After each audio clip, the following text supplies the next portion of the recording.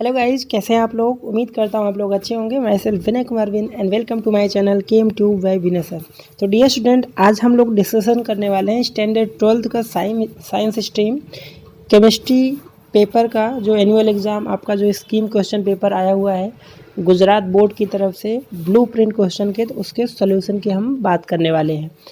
इससे पहले हम लोग ने देखिए इसका शॉर्ट वीडियो मैंने आंसर का पार्ट ए का अपलोड किया हुआ है। तो बट यहाँ पर हम जो क्वेश्चन ये पेपर डिस्कस करने वाले हैं, तो हर एक क्वेश्चन का हम लोग डिटेल में इसका सोल्यूशन देखेंगे। ठीक है, इसका पर्पज़ ये है कि अगर इस तरह के क्वेश्चन आपके बोर्ड में आएंगे तो आप इस तरीके से सॉल्व कर सकते हैं। ठीक है, तो चलिए स्टार्ट करते हैं। पैटर्न तो आपको ब्लूप्रिंट इसका पता है किस तरह का पैटर्न इस ईयर रहने वाला है, और अगर आपको नहीं पता है तो मैंने इसके भी वीडियो अपलोड कर दिए हैं। किस चैप्टर से कितने मार्क्स के क्वेश्चन आएंगे, कौन से कितने मार्क्स का सब्जेक्टिव क्वेश्चन आएगा, तो इसका डिटेल आपको वीडियो में मिल जाएगा। प्लेलिस्ट में जाके ब्लूप्रिंट हर एक सब्जेक्ट का, फिजिक्स का, केमिस्ट्री का, बायो का एंड मैथ का। ठीक है, तो यहाँ पर हम लोग क्वेश्चन पेपर को डिस्कस करने वाले हैं। ठीक है, तो देखिए यहाँ पर फर्स्ट जो क्वेश्चन है, ठीक है, थोड़ा सा डिफिकल्ट क्वेश्चन है। ठीक है, स्ट्रक्चर ऑफ एटम का। देखिए क्या लिखा है question. An ionic solid A plus B minus crystallize like rock salt if all atom along one body diagonal are remove then what is the formula of substance. ठीक है, तो सबसे पहले यहाँ क्या बोला कि जो AB क्रिस्टल है वो रॉक सॉल्ट टाइप के स्ट्रक्चर है। रॉक सॉल्ट मीन्स जैसे NaCl का स्ट्रक्चर होता है वैसा ही स्ट्रक्चर AB इस क्रिस्टल का है। तो चलिए इस क्वेश्चन को करते हैं। देखिए सबसे पहले हम लोग इसका 3D स्ट्रक्चर बनाते, 3D स्ट्रक्चर तो नहीं 2D में ही हमें समझना पड़ेगा। तो सबसे पहले देखिए यहाँ से हमने एक क्यूब बना लिया। ठीक है, अब NaCl में जैसे अगर मैं रॉक सॉल्ट मतलब NaCl, तो यहाँ पर आपको समझना होगा कि ये जो Na प्लस होता है ये ऑक्टाहेड्रल वाइड को ऑक्यूपाई करता है, और जो Cl माइनस होता है वो क्लोज पैकिंग में प्रेजेंट होता है। क्लोज पैकिंग का मतलब है ये कॉर्नर्स एज वेल एज ये फेस के सेंटर में प्रेजेंट होता है Cl माइनस। तो यहाँ पर इसको कंपेयर किससे कराया है, A plus and B minus से। तो A प्लस जो होगा वो ऑक्टाहेड्रल वाइड में प्रेजेंट होगा, एंड B जो माइनस है वो close packing means corner and face centre में प्रेजेंट होगा। चलिए ठीक है, मैं इसका स्ट्रक्चर बनाता हूँ। ठीक है, ध्यान समझिएगा क्वेश्चन, थोड़ा सा हमें 3D के स्ट्रक्चर को 2D में समझना होगा। ठीक है, तो अगर मैं बात करूं कि सबसे पहले B माइनस कहाँ पे प्रेजेंट होगा, तो B माइनस होगा कॉर्नर एंड फेस के सेंटर में प्रेजेंट होगा। ठीक है, तो B को मैं इस तरह से दिखाता हूँ। ये सबसे पहले 8 कॉर्नर्स हो गए। ठीक है, ये 8 कॉर्नर हो गए, और फेस के सेंटर में तो ये फेस हो गए। ठीक है, ये साइड वाला, और एक कहाँ होगा आगे की तरफ, एक होगा पीछे वाला। तो यहाँ पर अगर मैं बात करूँ कि B के टोटल जो एटम है, ठीक है, B के जो total atom per unit cell होंगे कितने होंगे, तो कॉर्नर का कितना हुआ 8 × 1/8, और फेस का कितना हुआ 6 × 1/2। टोटल नंबर ऑफ एटम जो B के आ रहे हैं अभी 4 आ रहे हैं। और जो A एटम है, ठीक है, A माइनस जो आयन है वो ऑक्टाहेड्रल वाइड में प्रेजेंट होगा। और ऑक्टाहेड्रल वाइड कहाँ पर प्रेजेंट होते हैं, ठीक है, तो ऑक्टाहेड्रल वाइड जो होते हैं वो एज के सेंटर में होंगे। तो ये एज के हो गए, टोटल 12 एज होते हैं। ठीक है, तो ये एज के सेंटर में हो गए, और एक बॉडी के सेंटर में प्रेजेंट होता है। ठीक है, तो octahedral void total per unit cell कितने होंगे, जितने नंबर ऑफ एटम है, तो FCC में कितने एटम होते हैं 4, तो ऑक्टाहेड्रल वाइड भी कितना होगा 4 होगा। ठीक है, 3 कहाँ से मिलेंगे, एज के सेंटर से मिलेंगे। 3 कैसे आएंगे, 12 एज होते हैं और एज का शेयरिंग 1/4, तो कितना आया यहाँ से 3, और प्लस एक बॉडी के सेंटर में होगा, तो टोटल 4 आएंगे A माइनस। ठीक है, अब क्वेश्चन में ये बोल रहा है कि अगर हम बॉडी डायगोनल एक निकाल दें, तो बॉडी डायगोनल जैसे हमने ये निकाल दिया, ये अपना बॉडी डायगोनल है, तो बॉडी डायगोनल निकालेंगे तो एक तो आपका ये 2 कॉर्नर वाले एटम निकल रहे हैं। ठीक है, कॉर्नर वाले पे कौन है, ये B माइनस वाला है, जिसमें टोटल 4 एटम थे। तो इसमें से माइनस क्या करोगे आप 2, और इसका शेयरिंग कितना होगा 1/8, तो यहाँ से कितना आ जाएगा, सॉल्व करोगे तो यहाँ से आएगा 15/3 आ जाएगा। 15/4, एक मिनट इसको सॉल्व करते हैं। और ए टर्म से एक बॉडी का सेंटर निकला सीधा सीधा यहाँ से कितना 3 माइनस, ए माइनस से कितना हुआ 3।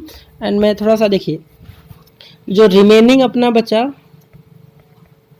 ठीक है, रिमेनिंग जो बी माइनस का बचा, तो ये टोटल 4 थे और इनमें से निकल कितना रहा है 2 × 1/8, ठीक है। तो इसको करें 4 माइनस, यहाँ से कितना आ जाएगा 1/4, तो यहाँ से आ रहा है 15/4 आपका बी माइनस हुआ। और ए माइनस में देखिए टोटल 4 थे और बॉडी के सेंटर का एक निकला, तो ये कितना हुआ 3। अब हमें फॉर्मूला करना है, तो ए कितना है यहाँ पे 3 है और बी कितना है यहाँ से 15/4 है। तो फार्मूला सिंपल सा क्या बन रहा है ए 12 एंड बी 15, ठीक है। आई होप आपको समझ में आ गया होगा। अगर थोड़ा बहुत भी आपने पढ़ा है तो ये क्वेश्चन हो जाएगा, ठीक है। तो ए का जो आंसर होगा अपना फर्स्ट का जो क्वेश्चन का आंसर होगा ए ऑप्शन होगा। ओके, चलिए सेकंड क्वेश्चन जो है यहाँ पे कहते हैं विच of following defect is not exhibit by NaCl। तो NaCl देखिए शॉर्ट की डिफेक्ट शो करता है, अल्कली मेटल के हैलाइड एफ सेंटर भी होगा, इम्प्योरिटी डिफेक्ट हो, फ्रैंकल डिफेक्ट नहीं शो करता है। फ्रैंकल डिफेक्ट जो शो करते हैं वो सिल्वर के क्लोराइड जैसे AgCl हो गया, AgBr हो गया, ZNS हो गया, ठीक है। तो ये सब जो क्रिस्टल होते हैं वो फ्रैंकल डिफेक्ट शो करते हैं। आई होप आपको क्लियर हो गया हो, ठीक है। चलिए क्वेश्चन नंबर 3 क्या दिया, in which of following compound crystal have axial relation is different from other, ठीक है। तो आप सॉलिड स्टेट का ये भी क्वेश्चन है, ये फर्स्ट 3 जो क्वेश्चन है वो सॉलिड स्टेट के ही हैं। तो इसमें आप टेबल दिया होगा, ठीक है, 7 प्रिमिटिव यूनिट सेल, तो इसमें देखेंगे ये जो HGS है, ठीक है, ये इसके एक्सियल जो रिलेशन है वो डिफरेंट है टोटली, बाकी इनके आप देखोगे टेबल में तो वो लगभग सेम आपको मिलेंगे, ठीक है। चलिए क्वेश्चन नंबर 4 जो है, 4 क्या दिया है, in which pair both compound are amorphous solid. तो ये देखिए ये जो पॉलीयूरेथेन है एंड फाइबर ग्लास है, ये एमॉर्फस दोनों सॉलिड है, fibre glass and amorphous solid, pseudo solid भी बोलते हैं, सूडो सॉलिड भी इसको बोलते हैं, ठीक है। तो 15 का 4th का सी ऑप्शन होगा। नेक्स्ट क्वेश्चन नंबर 5 जो दिया है, 5 में what will be the osmotic pressure of 3%, ठीक है, 3% W/V aqua solution of urea molar mass आपको यहाँ पे दिया हुआ है। देखिए ऑस्मोटिक प्रेशर सॉल्यूशन चैप्टर का CRT होता है, ठीक है। तो यहाँ से अगर मैं ये जो C होता है कंसंट्रेशन मीन मोलरिटी, तो इसको कैसे करते हो N/VRT, ठीक है। और N क्या होता है मोल होता है, तो W बाई इसको मोलर मास इंटू V और इंटू यहाँ से क्या कर सकते हो RT कर सकते हो। ओके, तो यहाँ से देखिए आप यहाँ से पाई निकालिए, तो W यहाँ पे क्या 3% W/V दिया हुआ, तो मतलब वेट ऑफ सॉल्यूट कितना हुआ 3 ग्राम हुआ, ठीक है। और यहाँ से मोलर मास कितना है यूरिया का 60 दिया है, वॉल्यूम 3% W/V मतलब mass of volume of solution कितना होगा 100 ml होगा, तो V हमें यहाँ लीटर चाहिए, तो यहाँ से क्या करोगे 100 डिवाइड बाई यहाँ से 1000, इसको लीटर में कन्वर्ट करना होगा। बाकी R की वैल्यू, ठीक है, कांस्टेंट है तो 0.082 इंटू टेम्परेचर आपको कितना दिया है 300 केल्विन।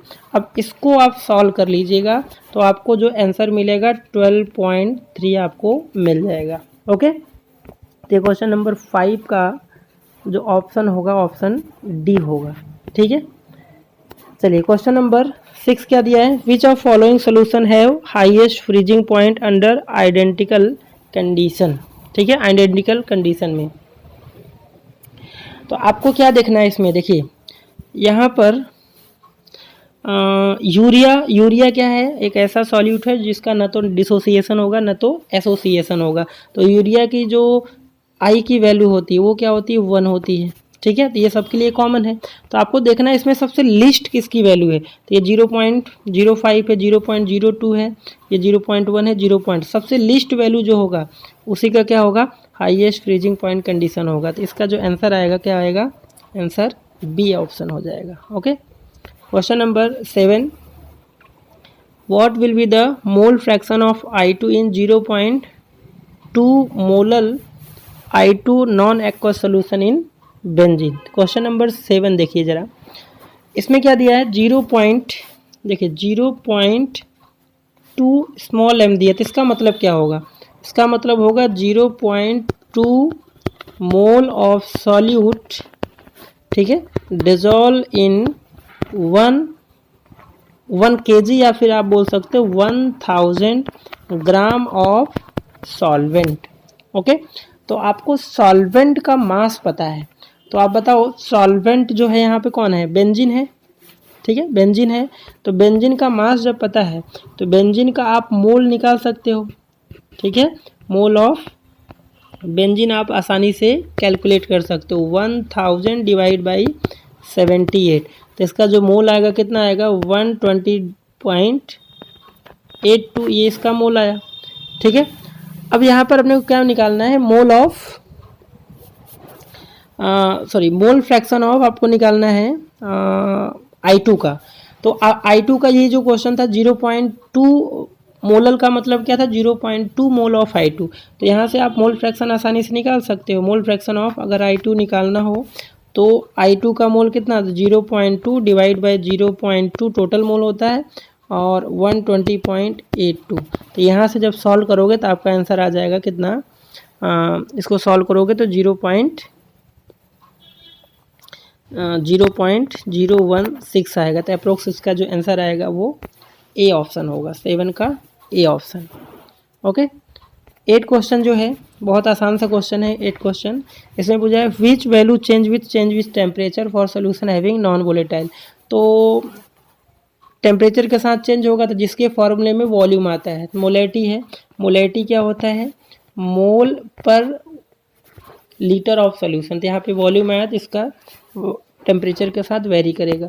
बाकी जो फॉर्मूले जैसे percentage W/W, weight of solute upon mass of solvent into 100, तो मास ही आ रहा है। मोलैरिटी क्या होता है, मोल पर kg ऑफ सॉल्वेंट, तो इसमें भी मास आया। मोल फ्रैक्शन क्या होता है, mole of solute upon total mole of components, तो इसमें भी मास आया। तो ये इसका आंसर जो होगा फाइनली सी होगा। ओके, क्वेश्चन नंबर 9 देखिए, the percentage W/W of solvent in 40% of W/W NaOH। तो हमें NaOH का दिया है और आपको सॉल्वेंट का फाइंड करना है, ठीक है। तो बहुत आसान सा क्वेश्चन है। यहाँ पर इसका मीनिंग अगर मैं निकालूँ तो क्या निकलेगा, यहाँ पर 40 gram of NaOH dissolve in, ठीक है, 100 ग्राम ऑफ सॉल्वेंट। ओके, और बाकी यहाँ पर 100 ग्राम ऑफ सॉल्यूशन, और सॉल्वेंट का जो वेट होगा कितना होगा, 60 ग्राम होगा। तो आपसे किसका पूछा, सॉल्वेंट का परसेंटेज। तो परसेंटेज अगर हम W/W सॉल्वेंट का कैलकुलेट करने जाए, सॉल्वेंट का mass divide by total mass 100 और इंटू क्या परसेंटेज है 100 कैंसिल आउट, कितना आएगा 60% आएगा। ओके, तो 9 का जो आंसर होगा वो ए ऑप्शन होगा। Okay, question number 10। तो क्वेश्चन नंबर 10 में क्या दिया है यहाँ पे देखिए, how many farad are needed to reduce 10 mole of Cr2O7 dichromate ion to chromium.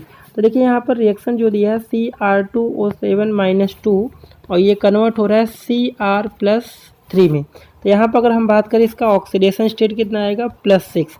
तो यहाँ पर चेंजेस कितने का आ रहा है, 3 आ रहा था, और पर एटम है तो यहाँ पे 2 का मल्टीप्लाई करेंगे कितना आएगा, यहाँ 6 का चेंजेज आ रहा है। तो यहाँ पर 6 इलेक्ट्रॉन का चेंज आ रहा है पर यूनिट क्रोमियम एटम। तो यहाँ पर फेराड में पूछा था कितना, 10 मोल के, तो यहाँ 10 का मल्टीप्लाई कर दीजिए तो आंसर कितना आ जाएगा, यहाँ से 60 आ जाएगा, ठीक है। तो 60 फेराड यहाँ पर नीड होगा, तो इसका जो आंसर होगा 10 का 60, ए आंसर। नेक्स्ट जो क्वेश्चन है question number 11, the saturated solution of which salt can be filled in salt bridge. तो सॉल्ट ब्रिज में किसका यहाँ पर यूज करते हैं, तो सॉल्ट ब्रिज में हम यूज करते हैं पोटेशियम नाइट्रेट का, KNO3 का, क्योंकि कंडीशन क्या है कि उसी सॉल्ट को फिल कर सकते हैं जिसमें कैटायन और एनायन की साइज अप्रोक्स सेम हो और इनका मोबिलिटी भी सेम हो। हम किसी भी सॉल्ट को फिल नहीं कर सकते सॉल्ट ब्रिज में। ये एक इलेक्ट्रोकेमिस्ट्री का क्वेश्चन था। तो क्वेश्चन नंबर 10, 11 दोनों ही इलेक्ट्रोकेमिस्ट्री के MCQ क्वेश्चन थे। नेक्स्ट अगर हम बात करें क्वेश्चन नंबर 12 की, the value of E0 cell of following reaction given. तो यहाँ पर रिएक्शन दिया हुआ है, देखिए यहाँ पर ये रिएक्शन से आपको समझना है। अगर मैं बोलूँ कि इसका ऑक्सीडेशन हो रहा है तो सिल्वर का ऑक्सीडेशन हो रहा है एंड कॉपर का रिडक्शन हो रहा है। तो अगर मैं E सेल निकालूँ तो इसका सिंपल सा फॉर्मूला क्या था, E कैथोड माइनस ई एनोड। तो कैथोड कौन है यहाँ पर? कॉपर, और कॉपर की वैल्यू दिया है वाई, और एनोड कौन है? सिल्वर। इसका रिडक्शन पोटेंशियल एक्स दिया है, तो वाई माइनस एक्स हो जाएगा। हम यहाँ पर चार्ज से बैलेंस करने से इस पर रिडक्शन पोटेंशियल वैल्यू पे कोई इफेक्ट नहीं आता, तो इसका आंसर जो होगा 12 का ए आंसर होगा। ठीक है। क्वेश्चन नंबर 13 में in which metal vessel copper sulphate will be filled, तो हम उसी में फिल्ड कर सकते हैं जिसका रिडक्शन पोटेंशियल वैल्यू सबसे लोवेस्ट हो। तो आप देखो इधर का, तो इसका आंसर जो हो जाएगा 13 का A answer. Okay. Question number 14 for the molecularity of reaction the acceptable value, तो मोलिकुलरिटी क्या होती है? तो नेगेटिव हो सकती है, ना ही फ्रैक्शन हो सकती है, और ना ही जीरो हो सकती है।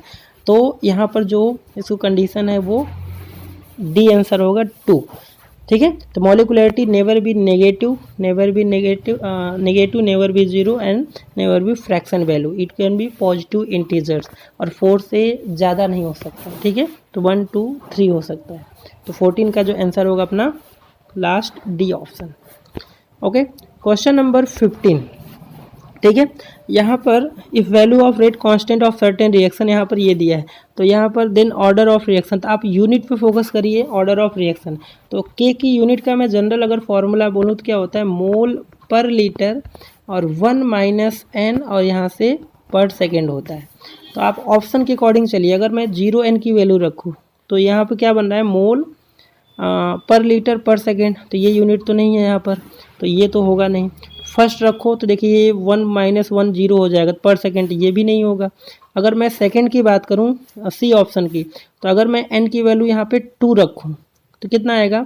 यहाँ से जो आएगा मोल -1, ठीक है, और लीटर क्या हो जाएगा? और पर सेकेंड, तो ये भी ऑप्शन नहीं होगा।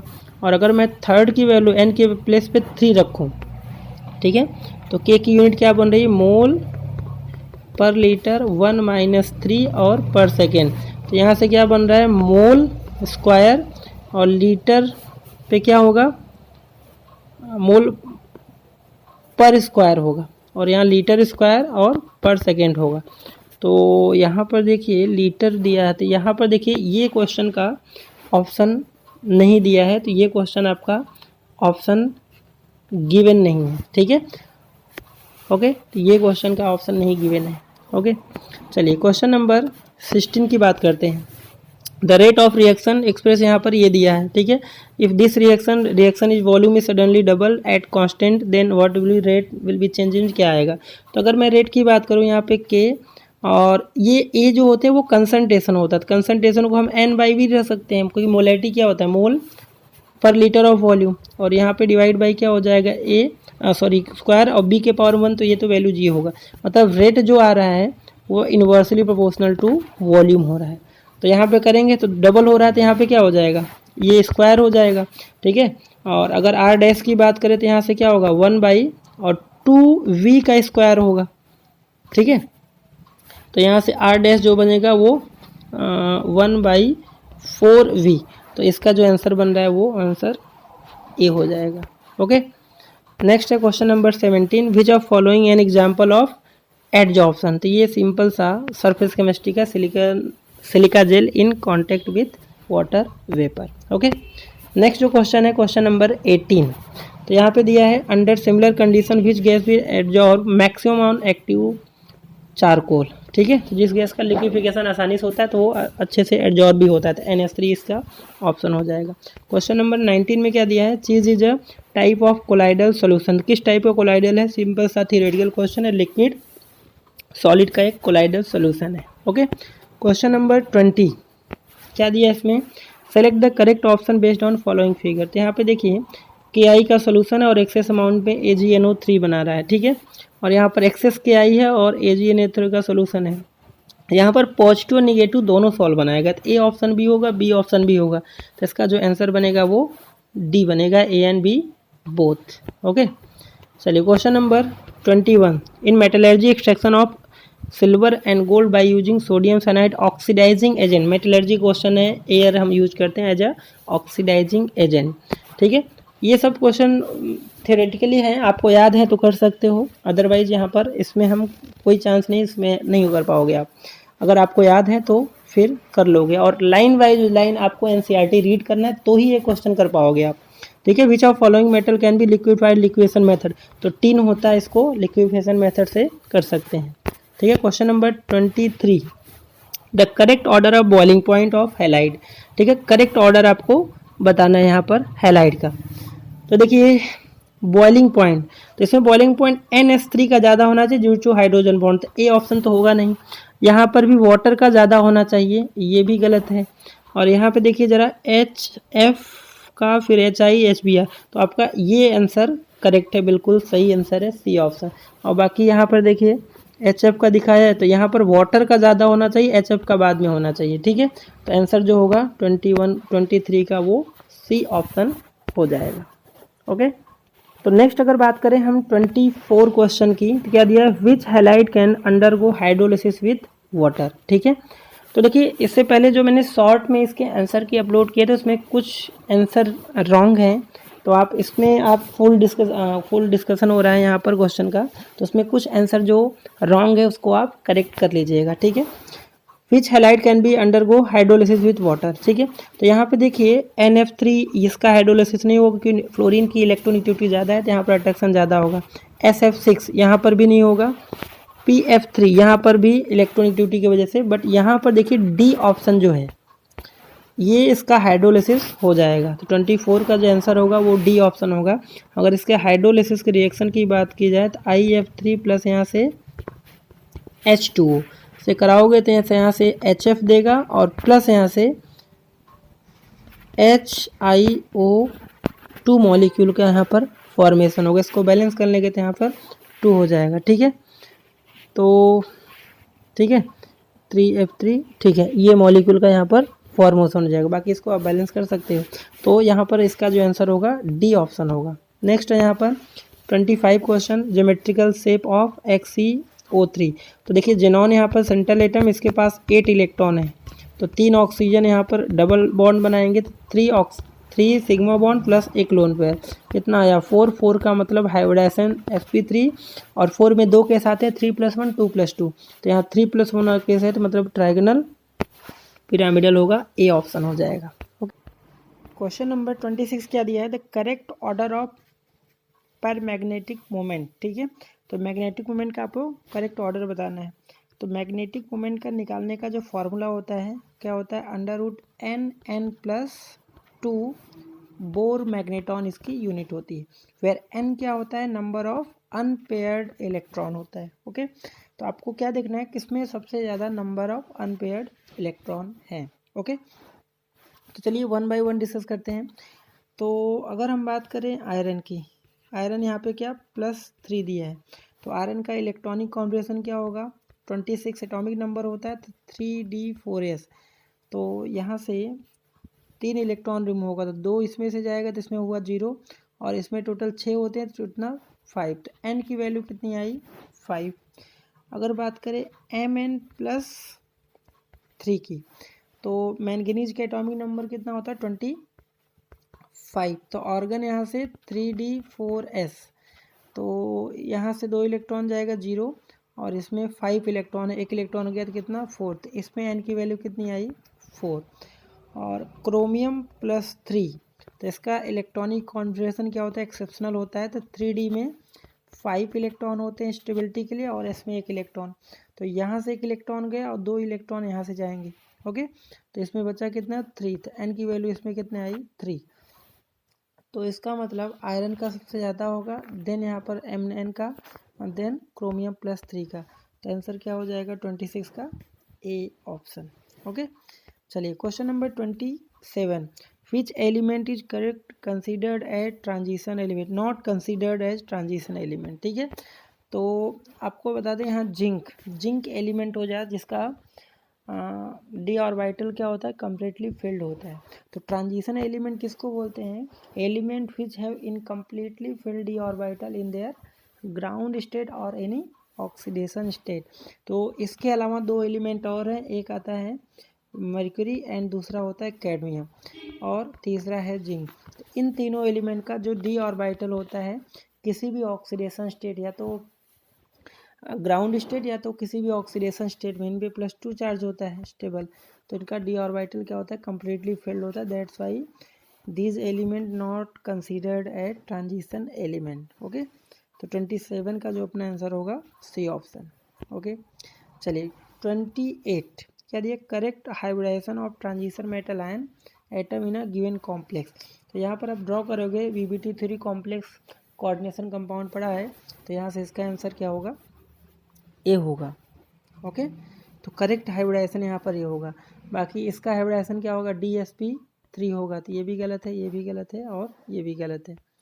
ठीक है, नेक्स्ट 29 क्वेश्चन है, is chelating ligand. Chelating ligand क्या होते हैं, ligands which form cyclic close ring बनाते हैं, तो उसी को हम बोलते हैं चिलेटिंग।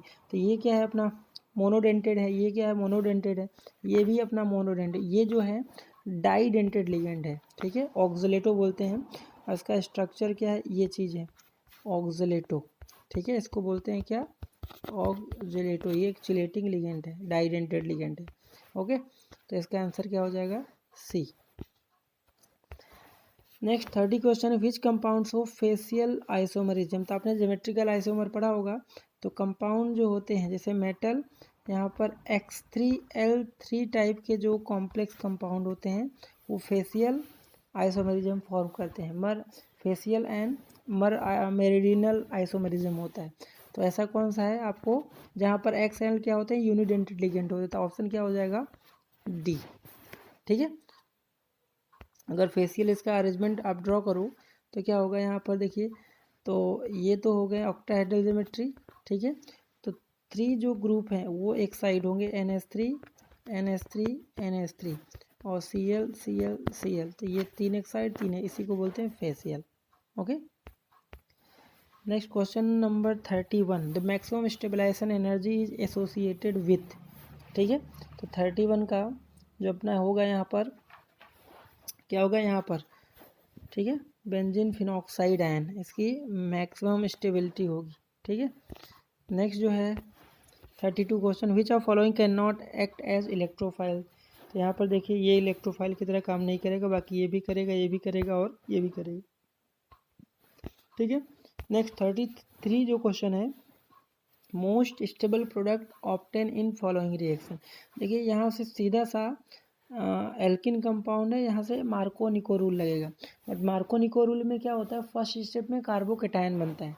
तो कार्बोकेटायन बनाने से पहले आपको ये देखना है कि यहाँ पर जो कार्बोकेटायन बनेगा, तो यहाँ से सेकेंडरी कार्बोकेटायन बना। देखिए जैसे एंटी मार्को-निको रूल में क्या होगा, सबसे पहले इस पर क्या प्लस चार्ज, इस पर निगेटिव चार्ज, तो H प्लस जाएगा, यहाँ पर अटैक होगा। तो देखिए यहाँ से जो कार्बोकेटायन बन रहा है उसी पे फोकस करिए, यहाँ पे C, यहाँ पर H और यहाँ पे देखिए CH3 और यहाँ पे CH सिंगल बॉन्ड CH2 और यहाँ पे Br और इसके ऊपर क्या होगा प्लस चार्ज।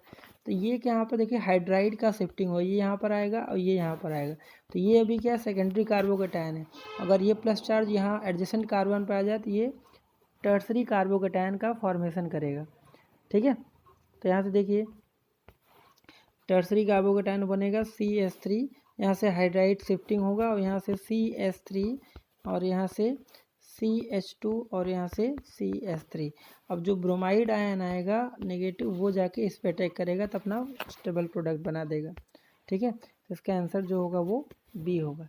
यहाँ पर कार्बोकेटायन रीअरेंजमेंट स्टेबिलिटी ठीक है फैक्टर होगा। ठीक है, अगर आप सिंपल मार्को-निको रूल देखेंगे तो आप ये वाला प्रोडक्ट बना दें जो कि गलत है। तो आपका कार्बोकेटायन की स्टेबिलिटी से देखना है तो इसका बी आंसर होगा। ओके, नेक्स्ट है 34, which compound does not show optical activity. तो देखिए कोई भी कंपाउंड अगर उसमें कायरल कार्बन है, ठीक है कायरल कार्बन अगर एक भी है तो वो ऑप्टिकल एक्टिविटी शो करेगा। तो पिक्रिक एसिड का अगर मैं स्ट्रक्चर की बात करूँ, ठीक है पिक्रिक एसिड का जो स्ट्रक्चर है तो ये 2,4,6 ट्राइनाइट्रोफिनॉल को बोलते हैं। तो अगर इसके हम बात करें तो देखिए ये बेंजीन हो गया, यहाँ पर OH ग्रुप, यहाँ पर NO2, यहाँ पर NO2 और यहाँ पर NO2, ये येलो कलर का कंपाउंड होता है। तो 2,4,6 ट्राइनाइट्रोफिनॉल, तो इसमें कोई ऐसा कायरल कार्बन नहीं दिख रहा है, तो ये क्या करेगा ऑप्टिकल एक्टिविटी नहीं शो करेगा। ठीक है, और अगर हम बात करें क्यूमिन की स्ट्रक्चर, तो क्यूमिन में क्या होता है स्ट्रक्चर, देखिए ये बेंजीन होता है, यहाँ पर CH3 ग्रुप और यहाँ पर भी CH3 ग्रुप और इससे H। तो ये सब कार्बन होते थे, ये सब कायरल कार्बन है। यहाँ पर भी ये भी कायरल कार्बन नहीं, मतलब ये भी ऑप्टिकल एक्टिविटी नहीं शो करेगा। नेक्स्ट है यहाँ पर एस्प्रीन। एस्प्रीन का जो स्ट्रक्चर होता है वो कैसा होता है, देखिए एस्प्रीन में अगर स्ट्रक्चर ड्रॉ करें तो यहाँ से देखिए ये बेंजीन और यहाँ से कार्बोक्सिलिक ग्रुप अटैच होता है और यहाँ पर क्या होता है ऑक्सीजन और यहाँ से CHO ग्रुप। तो इसमें भी कायरल कार्बन है, तो ये भी ऑप्टिकल एक्टिविटी नहीं शो करेगा। तो जो 34 का आंसर होगा वो ऑल गिवन ऑल। तो ये तीनों के तीनों कंपाउंड ऑप्टिकल एक्टिविटी नहीं शो करेंगे। ओके, नेक्स्ट 35 जो क्वेश्चन है, most stable product of dehydration का यहाँ से सीधा सा ये प्रोडक्ट बनेगा। डिहाइड्रेशन मतलब OH एंड H निकालोगे तो डबल बॉन्ड यहाँ पर फॉर्म होगा। ओके, नेक्स्ट है 36 the number of possible aromatic ether of compound. यहाँ पे देखिए ये कंपाउंड है, इसका पॉसिबल एरोमेटिक ईथर कितने बनेंगे, तो टोटल यहाँ पर 5 बनेंगे। कैसे, चलिए ड्रॉ करके देख लेते हैं 36 का। तो यहाँ पर पॉसिबल ईथर इस फॉर्मूले का यूज़ करके बनाओगे तो सबसे पहला देखिए यहाँ पर ये बेंजीन और यहाँ पर हमने 2 कार्बन का इस तरह से बना दिया, ठीक है। बाकी टेट्रा वैलेंसी आप कंप्लीट करोगे तो मॉलिक्यूलर फॉर्मूला, तो पहला ये हुआ। दूसरा आप बनाना चाहो तो आप अर्थों का बना सकते हो। यहाँ पर हमने कार्बन एक CH3 लगा दिया तो ये CH2 होगा, यहाँ CH3 होगा, ठीक है।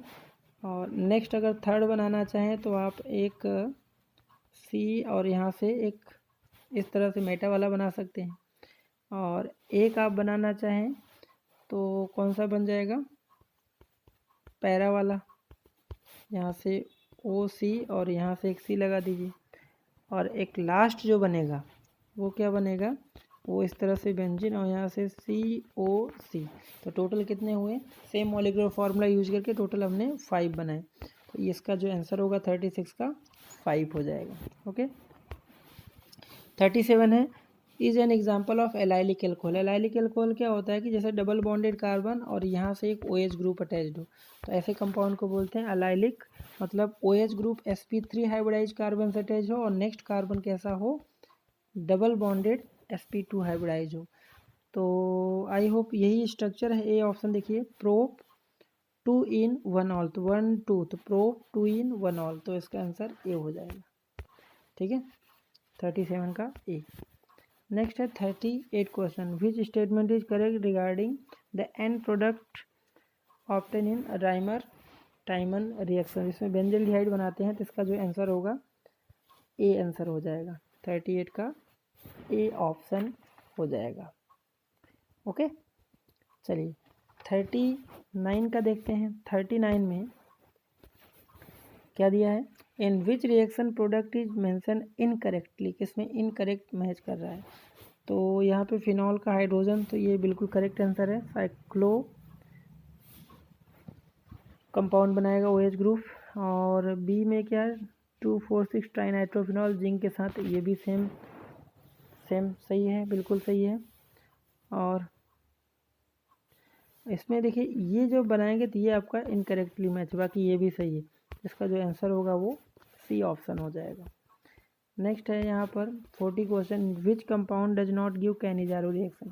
तो कैनिजारो रिएक्शन बनाने के लिए क्या करते हैं हम, aldehyde compound which does not contain alpha hydrogen when react with concentrated NaOH या KOH, तो कैनिजारो रिएक्शन देता है। तो आपको बस क्या देखना है, किस कंपाउंड में अल्फा हाइड्रोजन प्रेजेंट है। तो यहाँ पर देखिए CHO, ये आपका अल्फा कार्बन है, इसके पास एक भी हाइड्रोजन नहीं, तो मतलब ये देगा। यहाँ पर एल्डिहाइड ग्रुप, इस कार्बन के पास एक भी अल्फा हाइड्रोजन नहीं, तो मतलब ये भी देगा। ये फंक्शनल ग्रुप है, यहाँ पर एक भी हाइड्रोजन नहीं है, ऑलरेडी टेट्रा वैलेंसी कंप्लीट है, तो ये भी देगा। बट यहाँ पर देखिए ये जो अल्फा कार्बन है इसके पास 2 अल्फा हाइड्रोजन है, तो ये आपका कैनिजारो रिएक्शन नहीं देगा। तो इसका आंसर क्या होगा, डी ऑप्शन। ओके, नेक्स्ट है विच acid has highest pKa value. तो देखो pKa वैल्यू से जो एसिडिक स्ट्रेंथ का ऑर्डर होता है वो इन्वर्सली प्रोपोर्शनल होता है, ठीक है, ये कॉन्सेप्ट है। तो हाईएस्ट pKa वैल्यू देना मतलब सबसे वीक एसिड जो है वही अपना ऑप्शन होगा, ठीक है। तो यहाँ पर अगर हम बात करें वीक एसिड कौन है, ठीक है, यहाँ पर जो वीक एसिड होगा उसका हाईएस्ट पीके वैल्यू होगा। तो यहाँ पर वीक एसिड कौन है, देखिए यहाँ पर तो फिनॉल है, बेंजोइक एसिड है, फॉर्मिक एसिड है, यहाँ पे क्लोरीन माइनस आई ग्रुप। यहाँ पर ये जो ऑप्शन ए होगा ये अपना इसका आंसर होगा, क्योंकि ये वीक एसिड है तो पीके वैल्यू क्या होगा, हाई होगा। ओके, नेक्स्ट है 42 question, number of sigma and pi bond in आइसोपेथाइलडिहाइड। तो आइसोपेथाइलडिहाइड का स्ट्रक्चर क्या होता है, कुछ ऐसा होगा, बेंजीन और अर्थो पोजीशन पे एक CHO ग्रुप होगा और एक CHO ग्रुप यहाँ मतलब 1-2 पोजीशन पे होंगे। इसमें काउंट करेंगे, देखिए यहाँ पर हाइड्रोजन होगा, यहाँ पर हाइड्रोजन, यहाँ पर हाइड्रोजन और यहाँ पर हाइड्रोजन। तो टोटल आप काउंट करोगे तो हाइड्रोजन कितने हैं, 1 2 3 4 5 6 हाइड्रोजन हो गए, प्लस कार्बन के भी देखिए एक सिग्मा बॉन्ड, 2 3 4 5 6 7 8 9 और एक यहाँ पे 10। तो यहाँ से टोटल सिग्मा बॉन्ड तो 16 है, पाई बॉन्ड आपको कितने दिख रहे हैं, 1 2 टोटल 5 पाई बॉन्ड दिख रहे हैं। तो इसका जो आंसर होगा 16 एंड 5। ओके, नेक्स्ट है 43, which compound respond towards carbylamine test. तो जो प्राइमरी अमाइन होता है, ठीक है, वो कार्बाइल अमाइन टेस्ट देगा, ठीक है, N ethyl N methyl ethanamine, ठीक है। तो इसका जो आंसर होगा respond towards carbylamine test, तो प्राइमरी अमाइन देता है। तो अगर मैं इसकी बात करूं, पैरा मिथाइल बेंजाइल अमाइन, तो पैरा मिथाइल यहाँ से देखिए CH2 और यहाँ से NH2 और ये मिथाइल ग्रुप होगा, ठीक है। तो इसका जो आंसर होगा वो ए ऑप्शन होगा। कार्बाइल अमाइन टेस्ट क्या होते हैं, प्राइमरी अमाइन देते हैं, तो आपका प्राइमरी अमाइन कौन है, ए। ओके, नेक्स्ट है 44 question, find the product Y in given. तो यहाँ पे देखिए सबसे पहले तो यहाँ पर हाफ मैन ब्रोमाइड रिएक्शन है, ठीक है, हाफ मैन ब्रोमाइड रिएक्शन। तो यहाँ से आपका जो ये CO हट के यहाँ से क्या कंपाउंड बनाएगा, CnH2 बनाएगा, ये मीथेनामाइन। फिर यहाँ पर आप क्या करा दो, कार्बाइल अमाइन रिएक्शन, ये CH3 और प्लस KOH, ये कार्बाइल अमाइन प्राइमरी अमाइन देगा। तो यहाँ से क्या बना देगा प्रोडक्ट, CH3 और यहाँ से आइसोसाइनाइड कंपाउंड बनाएगा। तो हाफ मैन ब्रोमाइड रिएक्शन है, देन उसका कार्बाइल अमाइन रिएक्शन है। तो इसका जो फाइनल आंसर होगा वो सी होगा। ओके, क्लियर है। तो यहाँ से अगर मैं इस रिएक्शन को दिखाना चाहूँ तो लिख सकते हैं आराम से, ठीक है। रिएक्शन कैसे होगा देखिए, यहाँ से ये क्या दिया है, CH3CONH2, ठीक है, और प्लस यहाँ पे रिएजेंट क्या है देखिए Br2 और प्लस यहाँ से क्या है KOH है, ठीक है। हाफ मैन ब्रोमाइड, यहाँ NaOH भी लोगे तो यहाँ से यहाँ 4 लेते हैं। यहाँ से प्रोडक्ट क्या बनेगा, CH3 और NH2 और प्लस यहाँ से क्या बन जाएगा 2 मॉलिक्यूल KBr और प्लस यहाँ से K2CO3 और प्लस यहाँ से 2H2 मिलेगा। इस रिएक्शन को बोलते हैं Hofmann bromide reaction. Then इसका फर्दर रिएक्शन कराया है मिथिलामाइन का, CH3NH2 प्लस क्लोरोफॉर्म CHCl3 और प्लस यहाँ से KOH है। तो ये कितना 3 मोल लेते हैं। तो यहाँ से क्या बना देगा isocyanide compound along with 3 mole KCl and 3 mole H2O। तो फाइनल अपना जो आंसर होगा वो C option. Okay, 45 question, which of following amine does not give acylation reaction. तो primary amine secondary amine acylation reaction देते हैं, बट टर्सरी जो amine है, तो ये देखिए टर्सरी अमाइन है। तो प्राइमरी सेकेंडरी टर्सरी में देखिए बहुत सिंपल सा तरीका है, अगर अमाइन ग्रुप में NH2 आपको दिख रहा है, NH2 समझ जाइए वो प्राइमरी अमाइन है। अगर आपके पास नाइट्रोजन के पास एक ही हाइड्रोजन दिख रहा है NH, दैट मीन्स वो सेकेंडरी है। और सिर्फ N दिख रहा है, ठीक है, बाकी यहाँ पर R ग्रुप लगे हों कोई, तो वो कैसा है, टर्सरी अमाइन है। तो आप ऑप्शन देखिए ज़रा, इसी में सिर्फ N दिख रहा है, बाकी इसमें देखिए NH है, यहाँ पे NH2 है, तो यहाँ NH है। तो ये सेकेंडरी अमाइन है, ये भी सेकेंडरी अमाइन है, ये प्राइमरी अमाइन है। तो इसमें नाइट्रोजन दिख रहा है तो ये टर्सरी अमाइन है। Okay, question number 46। तो 46 में क्या दिया देखिए, ठीक है। 46 में दिया यहाँ पर देखिए C4H11 नाइट्रोजन का नाइट्रस एसिड से रिएक्शन कराया है। तो अगर यहाँ पर देखिए C4 क्या होगा, CH3 4 कार्बन का यूज कराया, CH2 और यहाँ से NH2, ये प्राइमरी अमाइन है, ब्यूटेन अमाइन। ठीक है, और इसका रिएक्शन किसके, नाइट्रस एसिड के साथ कराया, HNO2 के साथ। तो यहाँ से आपका प्राइमरी अल्कोहल फॉर्म कर रहा है। तो प्राइमरी अल्कोहल का फॉर्मूला कार्बन कार्बन कार्बन और यहाँ से OH। ठीक है, टेट्रा वैलेंसी कंप्लीट कर दें, CH3 CH2 CH2 CH2। ठीक है, तो यहाँ से H, तो यहाँ पे इसका फॉर्मूला क्या है, C4H10O। तो ये प्राइमरी अल्कोहल। देन बोल रहा है कि ये जो कंपाउंड देगा वो क्या रिएक्शन देगा, तो एक्चुअल में यहाँ पर 11 होना चाहिए। तो ये कंपाउंड क्या देगा, देखिए प्राइमरी अमाइन है तो ये डाइजोस्टिएशन रिएक्शन भी देगा, half man bromide reaction, ammonolysis and isocyanide. तो इसका चारों आंसर होगा 46 का।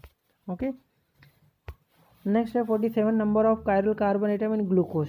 ग्लूकोज का जो स्ट्रक्चर होता है वो कुछ ऐसा होता है। ठीक है, 4 कार्बन होते हैं यहाँ पर इस तरह से, यहाँ पर OH H OH OH, यहाँ पर H, यहाँ पर OH H H और यहाँ से CH2OH। तो ये जो कार्बन होते हैं देखिए, इनसे चारों जो ग्रुप अटैच हैं डिफरेंट डिफरेंट। टोटल कितने, 4 कायरल कार्बन प्रेजेंट हैं ग्लूकोज में। ठीक है, इसका जो आंसर होगा वो क्या हो जाएगा, ए। नेक्स्ट है यहाँ पर 48 क्वेश्चन। तो 48 में क्या पूछ रहा है कि which amino acid does not have primary amine. किसमें प्राइमरी अमाइन नहीं है, तो ये बायोमोलिक्यूल का क्वेश्चन है। तो प्रोलीन जो होता है ये आपका इसमें सेकेंडरी अमाइन है और इसका स्ट्रक्चर कुछ इस तरह से होता है।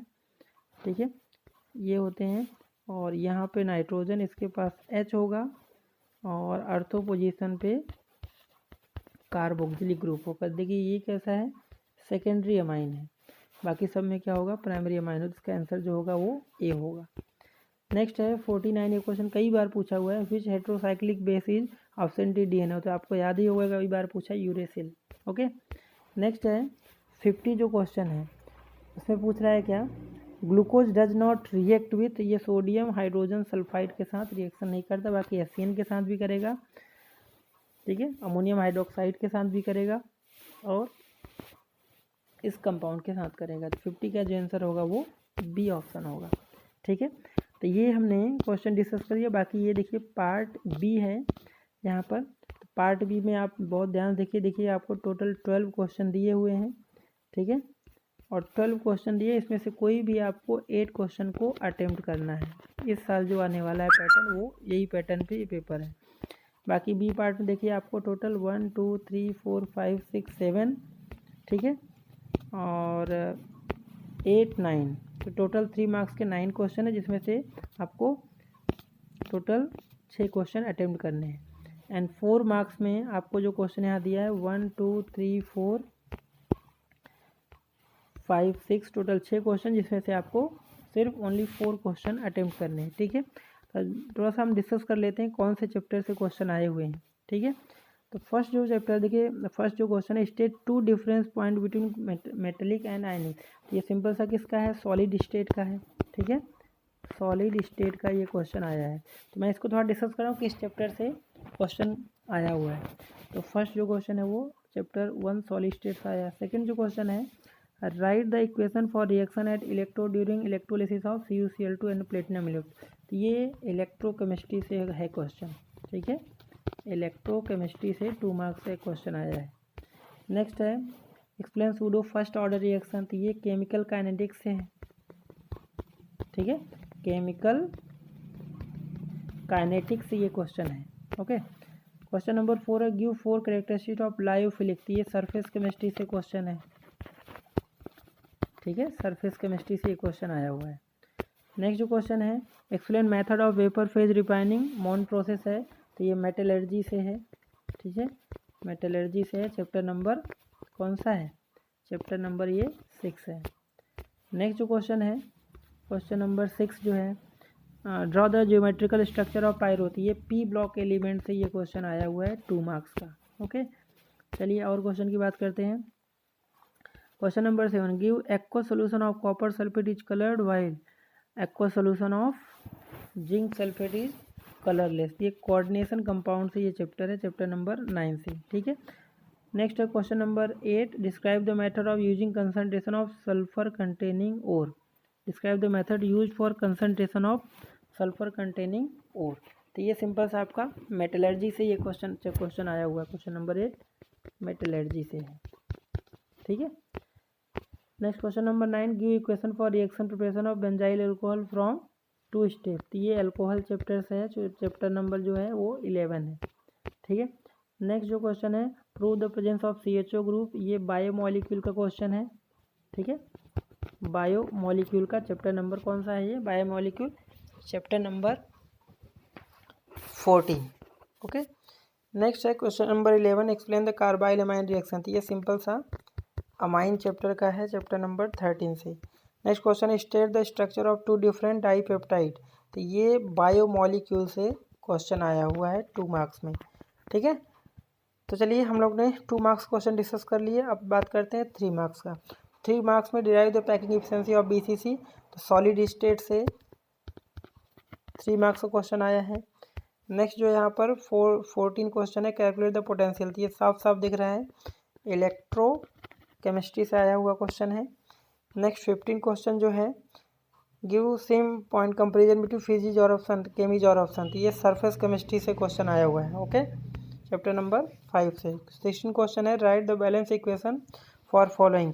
तो ये DNF ब्लॉक से क्वेश्चन आया हुआ है, ठीक है, DNF ब्लॉक से, ओके। क्वेश्चन नंबर 17 आपको ये एक्सरसाइज का ही क्वेश्चन है, कोऑर्डिनेशन कंपाउंड, ठीक है, कोऑर्डिनेशन कंपाउंड से आया हुआ है, ठीक है। नेक्स्ट जो क्वेश्चन है 18 है, right the chemical reaction of ethyl chloride with following. Ethyl chloride मतलब ये हेलो एल्केन चैप्टर नंबर 10 से आया हुआ है, ठीक है। Next 19, give the equation for preparation of ethanol from given compound. तो ये aldehyde, ketone and carboxyl chapter number कौन सा है? ये 12 है, ओके। नेक्स्ट जो 20 नंबर क्वेश्चन है, give the name of following compound. तो ये अमाइन चैप्टर से है, नॉमेनक्लेचर है अमाइन कंपाउंड का। नेक्स्ट जो क्वेश्चन है, right only reaction of HI with following. तो ये अल्कोहल फिनॉल ईथर से चैप्टर नंबर 11 से आया हुआ है, ठीक है। 4 मार्क्स के क्वेश्चन की अगर बात करें सेक्शन C में, तो देखिए 422 जो क्वेश्चन है ये सिंपल सा एक्सरसाइज क्वेश्चन है सॉल्यूशन का, इन टेक्स्ट में सॉल्व किया हुआ क्वेश्चन है सॉल्यूशन का ये, ठीक है। 23 जो क्वेश्चन है वो केमिकल काइनेटिक्स है, ये भी सॉल्व किया हुआ एग्जाम्पल वाला क्वेश्चन है 23, ठीक है। नेक्स्ट बात करें 24 में, तो explain why electron gain enthalpy of chlorine is more than fluorine, why pentahalide more covalent. ये भी P ब्लॉक का क्वेश्चन है और ये भी आपका इन टेक्स्ट में सॉल्व किया हुआ एग्जाम्पल है, आप देख लीजिए P ब्लॉक में आपको मिल जाएगा ये क्वेश्चन।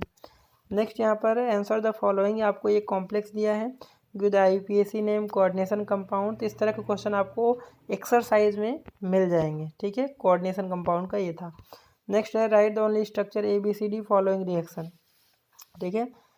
तो यहाँ से सिंपल सा देखिए, बेंजीन का गेटरमैन कोच रिएक्शन है, बेंजिल्डिहाइड बनेगा, ऑक्सीडेशन कराओगे तो कार्बोक्सिलिक बनेगा, कार्बोक्सिलिक का अमाइन से कराओगे तो अमाइड बनेगा, और इसको कराओगे तो यहाँ से हाइलोफॉर्म रिएक्शन शो कर देगा, ठीक है। तो ये aldehyde, ketone and carboxylic acid का क्वेश्चन है।